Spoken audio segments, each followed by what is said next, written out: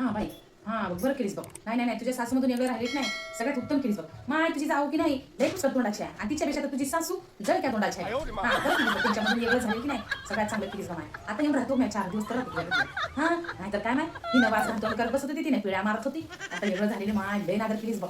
हा नाही बरं वाटलं ना आता. हा बरं झालं माय, टेन्शन गेलं बघ डोक्यात तुझ्या. हा त्या लेकरायचं कर, हिचं कर, तिचं कर करून बी तुला हाय तेच होतं. हा आता मस्त राहू नवरा. हा कोणाचं टेन्शन नाही काय बरं का माय, चांगलं राह. हा बरं झालं माय, बरं झालं. हा आय माय तू चांगलं राहिलीस, आय माय तू चांगली राहिलीस तर आम्हाला बघता चांगलं वाटते माय. हा बरं माय, बरोबर. हा सासू म्हणत तुझी सासूचं काय ऐकू नको. हा तुझी सासू की नाही 2 तोंडी आहे. हा इकडे एक बोलते तिकडे एक बोलते बरं की. हा तू तुझ्या मनाचं करत जा, कोणाचं काय ऐकू नको. हा जा बाबू. हा ऑफिसला येतोय. हा बरं झालं माय, बरं झालं. हा आणि हो पगार पाणी कुठं चाललंय काय चाललंय, कोणाकडे देऊल्या कामायला देऊल्या जाऊ बापू सगळे विचार चौकट करत नाही बघतो बरं की. हा उगत खावला खावला म्हणून नको.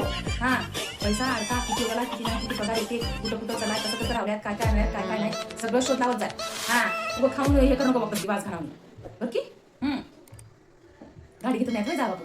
हा घ्या माय घ्या. आता बघ बरं दोघं राहिल्या की सगळं चांगलं द्या तुमचं. भांडण होईना थंड होईना स्वयंपाक करायचा आहे ना कामधंदे राहणार काय राहणार उगं बरं कीच बघ एवढं राहिलेली. हा होय बरं कीच. हा ठेव. हा कर दुपारी अजून. हा सकाळ संध्याकाळ दुपार जेव्हा वाटलं तेव्हा फोन करायचा आहे मला. हा मी काय बसूनच राहते, मला काय काम आहे. हा काय कळलं नाही, हा काय कळत नाही कसं करावं काय करावं ते मला विचारायचं. सासू बिसूला विचारू नको. हा बरं की बाई. हा ठेवतो मग.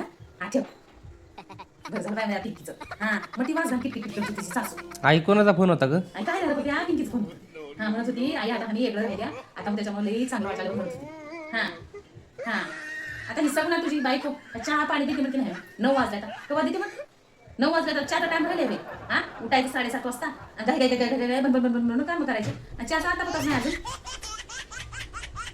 आणलीस की बरं केलीस. आधी काय कळलं नव्हतं. हा म्हणजे बीपी तुम्हाला वाढवायचीच राहते. आधी आणल्या नाही तुला कळलं नाही. गड्या 9 वाजल्या तर सासूला म्हणजे चहा द्यायचा अजून मी चहा दिलो नाही सासूला म्हणजे चहाशिवाय तर तिचा सकाळ होत नाही कळत नाही.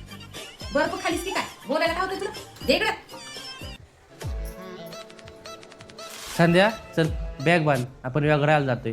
तसं पण आईचं तुझं काय पटत नाही ना, तुझं सारखीच भांडणं होत राहतात आपण वेगळं राहायचं. अरे तू एवढं राम कसं करावं नसर. हा मला काय दुसरा काय लोक आहे का खरगडे अजून एक लेख आहे मी सांभाळलं मला करण म्हणून म्हणायला. हा मी एकटीच काय करू मग आता म्हातारपणामध्ये मला काम धंदे होतात की. हा खरगडा दुसरा लोक आहे ह्यांना नाही पोचला तुम्ही त्याच्यावर जातो म्हणून म्हणायला. करणारच नाही संध्या तुला कवा पडले तू मला सांग. तू काय मग संध्या बरोबर भांडत राहते. संध्या तुला कवा आवडतच नाही आणि एक नवरा म्हणून मला संध्याचा आनंदाचा विचार करावाच लागेल ना. अरे बापू काय झाले माहितीये की हा अरे ती पिंकी जसं बोलत होती तसंच करत होतं बघ. अरे उगा मला मी तिला कवा बोलतो तसं. हा कवा रोज बोलतो की नाही तुला म्या. हा सांग की मग त्याला एवढं राहायच्या गोष्टी करायला तुला बरं वाटलं की त्याला सांगायचं रे तुला. तू कशाला काय बोलतीस बाई बर्फाचा गोळा छोड्या ना तोंडामध्ये तू. अरे बरं बापू काहीच म्हणा तुम्ही मी कशाला काय म्हणू. हा माझं काय पण पडलं की बाळा तू वेगळं राहा आणि तीच आई त्याच आईला जेव्हा सुनेला वेगळं निघायचं असतं तेव्हा त्या आईला असं वाटतं की सुनेनी कुठंच नाही जायला पाहिजे. घरातली सगळी कामं करायला पाहिजे, घरातलं सगळं करायला पाहिजे. मग किती का जात व्हायना पण सुनेनी ना कुठंच नाही जायला पाहिजे. किती भारी नाही काय. हॅलो माय पिंकी माय संसार माय संसारात भांडायला लागते. जाऊ काय तर म्हणते सासू काय तर म्हणते माय. हा वेगळं राहिल्यानं कोणतं काय सोल्युशन निघते काय माय.